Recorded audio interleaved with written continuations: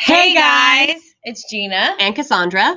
We are here to briefly touch base with you on some MAP reports that some of you might have learned with us after school today.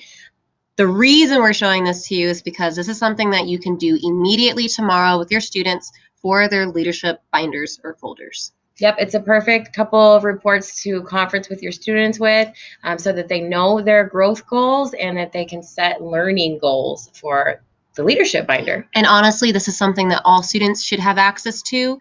So it's not really just for leadership or Leader and Me. This is data that they're supposed to get anyway from you. Yes. So we're going to start by opening up NWA and going to MAP growth reports. The first report you're going to quickly click on is the top achievement status and growth, just the projection or summary. Right here, you're going to find what your growth projections are for students. So we're going to click on Miss Humphrey. Sorry, Humphrey. There you go. And we're going to select both reading or ELA and math. And this is showing us fall to winter growth projection. This report's going to tell you and your students the amount of RIT score points they need to grow by in order to meet their growth goal by winter. So go ahead and click on that.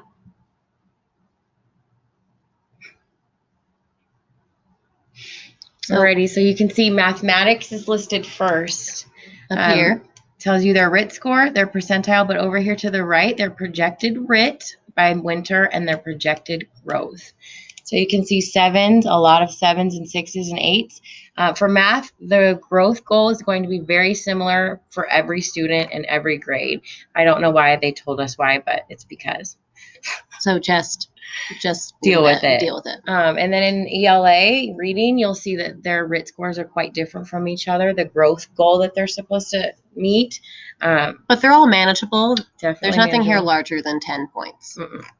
And they're expected to grow at the same rate as other fourth graders who are taking the same test and at the same time in the nation.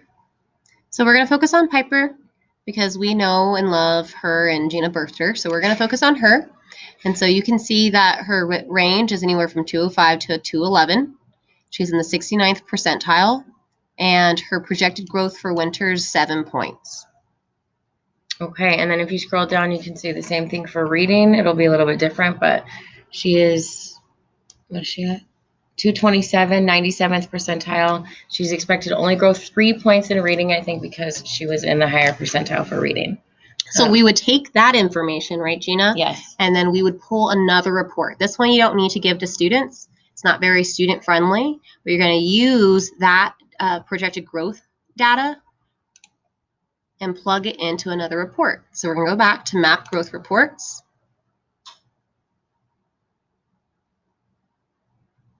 And we're going to go down to student goal setting worksheet.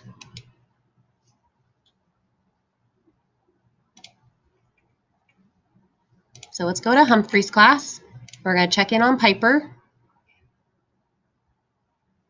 Or select both ELA or math and math. In middle school, you'll do one or the other. And you would actually select all students because you would print this out for everybody. But we're just going to focus on Piper for right now. Where's she at? Rosa. You just click math and reading. Okay, so it says your report's going to be displaying. So here it comes. Okay, so you can see mathematics and reading for Piper is on both of them are on the sheet. The yellow highlighted area is her area of focus. So that would be a place to set some instructional goals. And then in green, that's going to be a relative area of strength for that student. And so when you print this, you probably won't print it in color, but that's okay because you know the lighter shade of gray is going to be their area of growth, and it's also italicized. So that's how you can differentiate. So you're going to see here that there's I'm pointing. It's okay. You're going to see that there's a line at the top that had the dotted line that says their goal. That is the end of the year goal, which is why it's important to look at that first annual, what is it called? achievement status and growth report because it's from fall to winter. So you're going to want to set the first goal for how much they're expected to grow from fall to winter, not the entire year. Right. That way it's more attainable for the students and Mhm. that they meet that growth goal. And then the rest of the year they'll have a second goal. So it's going to show this is how they scored in fall. This is where they eventually want to get to at the end of the year. But we're going to be looking at just what's their goal for winter, which you're going to use this report to find. Right. So Piper's goal for fall to winter in mathematics was, if you click back For to this report, math. 7 points, I believe. That's right, Gina. Okay, so 7 points will be a nice goal to plug in here. Right here, Action my goal. Plan. Right. So right Oh, here there it you says go. my goal, put 7 right there. Yep. Bam. 7 points. Right here it says student action plan. This is where you want to brainstorm with the student about what they can be doing in your class or outside your classroom to help meet that goal. So we go back and look at their area of growth. And so measurement and data in math is something that they need to focus on.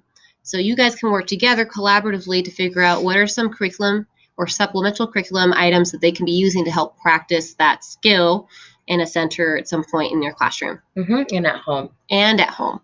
And then in reading, an area of growth here would be informational text, key ideas. So maybe a center that they could be focusing on and spend more time on is Newsela and trying to find a key idea. Or ReadWorks or reading A to Z. All those things work. And this works across grade levels because you're going to have the same domains and in each of your ELA and math assessments. And you can just plug in what the goal is for the student and supplement that way. We're in a video. We're doing a video. So anyways, class, that was Mr. Morris scaring us. Let's continue with the video. It's okay. Ruby will see it, Mr. Morris. It's all good. So the last thing we want to say is oh my God, Mr. Morris. We are trying to record. Sorry, guys. Mr. Morris scared us, but we've collected ourselves. We're back. Okay. The last thing you're going to do after you have the student write in their action plan, because we do recommend students should be the ones writing it. Yes. We're going to have them take a photo of it and post it on Seesaw, or you can do that for them so that it's tracked there. But also, they're going to take this and put it into their leadership binder. Yes, that way they can reference this exact report and these goals when you're having your student-led parent conferences here in November. All right, guys, that's it for now. See you tomorrow and happy Tuesday.